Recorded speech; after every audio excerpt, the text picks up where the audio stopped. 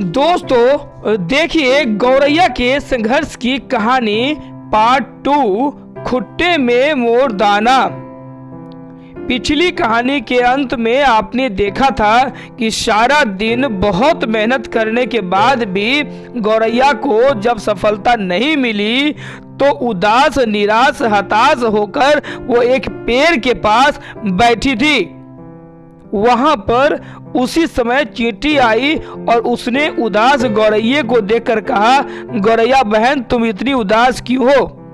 गौरैया ने सारी आपबीती चींटी को सुना दी और चींटी बोली कि क्या मैं तुम्हारी मदद कर सकती हूँ।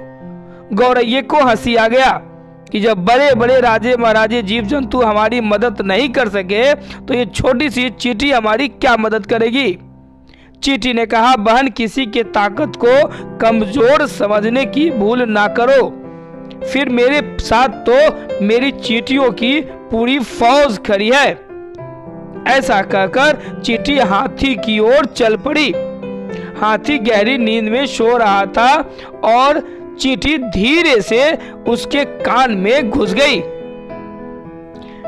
हाथी को बहुत गुदगुदी आ रहा था, वो काफी परेशान हो रहा था। उसने कहा कि चींटी तुम मेरे कान में क्यों घुस गई हो? चींटी ने कहा, अभी तो मैं अकेली घुसी हूँ, मेरे साथ मेरी पूरी फौज है जो तुम्हारे और कान नाक आंख में घुसेंगे और तुम्हें परेशान करेंगे। हाथी को बड़ा क्रोध आया और भय भी आया। उसने कहा कि हाँ चींटी बहन तुम जल्दी से मेरे कान से निकलो और बताओ कि मैं तुम्हारी क्या मदद कर सकता हूँ। चींटी ने कहा कि एक छोटी सी गौरैया बहन जब तुम्हारे पास मदद मांगने आई थी तो तुम इतनी विशालकाय शरीर लेकर के भी उसकी क्यों नहीं मदद किए। हाथी को पूरा माजरा समझ में आ गया और उसने चींटी को कहा, मोहे छेरो वेरो नहीं कोई, हम पानी सोखा बलोई। ऐसा कहकर चींटी वापस चली गई और गौरैया हाथी के साथ जल की ओर नदी की ओर चल पड़ी। हाथियों की पूरी फौज को अपनी ओर आते हुए देख पानी भी घबरा गई। उसने पूछा कि हाथी राजा तुम अपनी सारी सेनाओं के साथ मेरे तट पे क्यों आए हो? हाथी ने कहा कि हम सब लोग मिलकर तुम्हें सोख लेंगे। नदी घबरा गई और पूछी, ऐसा हमसे क्या गलती हुआ है? तो हाथी ने कहा कि जब एक छोटी सी गौरैया तुमसे मदद मांगने आई थी तो तुमने उसकी मदद क्यों नहीं की थी। पानी को सारा माजरा समझ में आ गया और उसने गौरैया की मदद करने की बात कही और उसने कहा, मोहे सोखो को नहीं कोई, हम आग बुझाया बलोई। आग अपनी ओर नदी को आते हुए देख घबरा गया और उसने कहा, नदी बहन तुम मेरी तरफ क्यों आ रही हो? नदी ने कहा कि एक छोटी सी गौरैया की मदद तुमने नहीं की अतः मैं तुम्हें बुझाने आ रहा हूँ। तो आग नदी से कहती है, मोहे बुझाओ बुझाओ नहीं कोई, हम जंगल जा बलोई। ऐसा कहकर नदी वापस हो गई और आग के साथ गौरैया जंगल की ओर चली और जंगल आग के धार को अपनी ओर आते हुए देख बहुत परेशान हो गई और उसने कहा कि आग तुम हमारी ओर क्यों आ रहे हो? आग ने कहा, जब एक गौरैया तुम्हारे से मदद मांगने गई थी तो तुमने उसकी मदद क्यों नहीं की थी, इसीलिए मैं पूरे जंगल को जलाने के लिए आ रही हूँ। तो जंगल ने कहा कि मोहे जलाओ उलाओ नहीं कोई, हम सांप के मारा बलोई। ऐसा कहकर आग वहां से वापस हो गई और गौरैया जंगल में कुछ लकड़ियां मौजूद थी, उस लकड़ियां के साथ सांप की ओर चल पड़ी। सांप लकड़ियों को अपने पास आते हुए देख उसने कहा कि तुम लोग मेरे साथ क्या करना चाहते हो? लकड़ियां ने कहा कि मैं तुम्हें मारने आया हूँ क्योंकि तुमने एक छोटी सी गौरैया की एक ना सुनी, उसकी कोई मदद न की, जबकि तुम राजा हो सांपों का।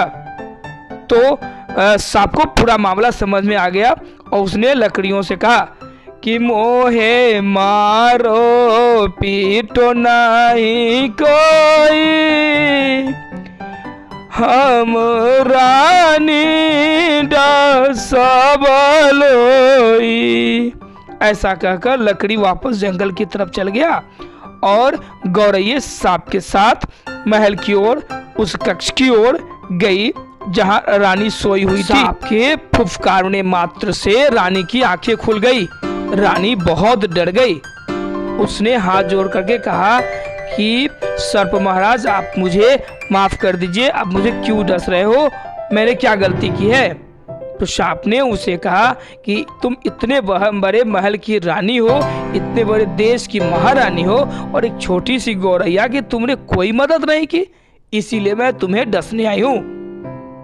रानी पूरा मामला बेहद आसानी से समझ गई और उसने सांप को कहा, मोहे डसो उसो नहीं कोई,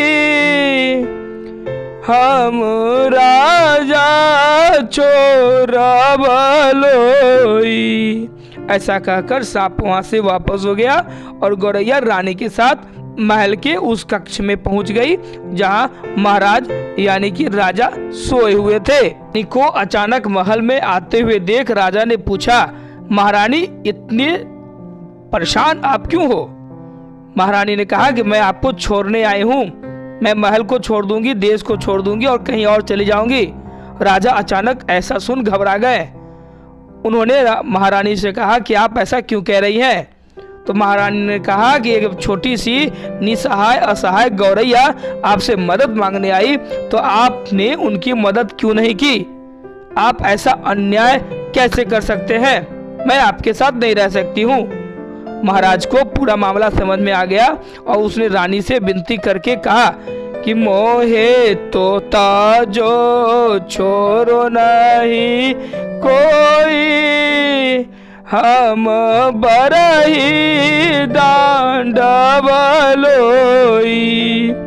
ऐसा कहकर रानी वापस अपने कक्ष में चली गई और महाराज ने बढ़ई को वापस बुलाया अपने महल में।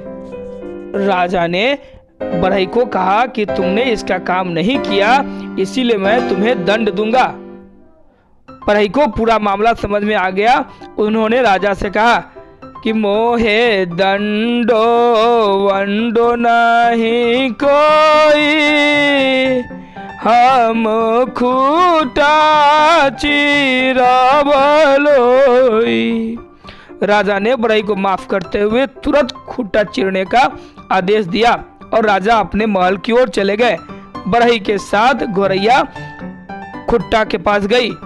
बढ़ई ने खुट्टे को चीरा और उसमें से दाना निकाला, जिसे गौरैया ने चुगा और खुशी खुशी उड़ करके अपने घोंसले की ओर चली गई।